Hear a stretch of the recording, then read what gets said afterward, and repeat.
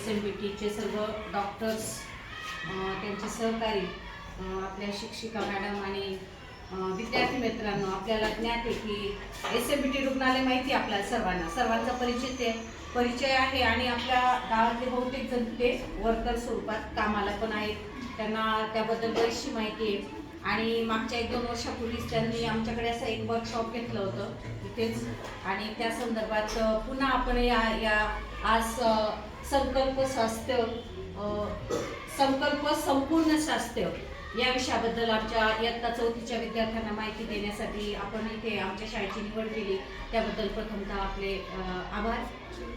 हा जो कार्यक्रम आपण दिला, माहिती जी विद्यार्थ्यांना सांगितली आणि तुम्हाला विद्यार्थ्यांनी दिलेला रिस्पॉन्स बघता तुम्हाला थोडक्यात म्हणजे आम्ही या संपूर्ण याची माहिती विद्यार्थ्यांना परिपाठातून किंवा वर्गात शिकवण्यातून देतच असतो, परंतु जसं सोनारांचे कान टोचलेले चांगले असतात तसं म्हणजे डॉक्टरांनी दिलेली माहिती ती विद्यार्थ्यांना जास्त आकर्षित करून जाते का नाही.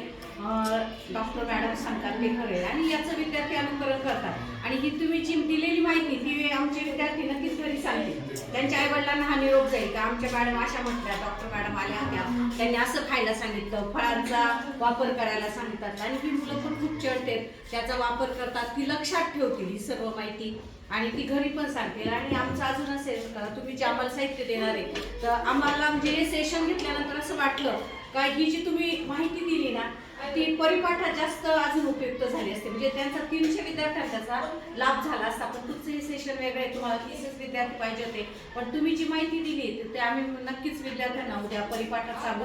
या तुमच्या ज्या साहित्याचा वगैरे जो वापर आहे तो पण आणि तो वापर तर आम्ही केलाच जाईल. आणि आपली जी ही व्हिडिओ होता आपला हा अजून म्हणजे परिणामकारक ठरेल. तसं ते इथे बांधकाम चालू असल्याने आमची लाईट त्यांनी 4-5 दिवसापासून कट केलेली आहे, परंतु त्याचं काही जर असेल तर आम्हाला तुम्ही देऊन जा की थोडंसं काही व्हिडिओ वगैरे असेल तर त्याच्यामुळे तो जास्त परिणामकारक ठरतो आमच्या विद्यार्थ्यांना. आणि कार्यक्रम अतिशय छानच होता. पुन्हा एकदा पण आपल्या सर्वांचे धन्यवाद. पुन्हा काही कार्यक्रम असला तर जरूर आमच्या शाळेची निवड करा.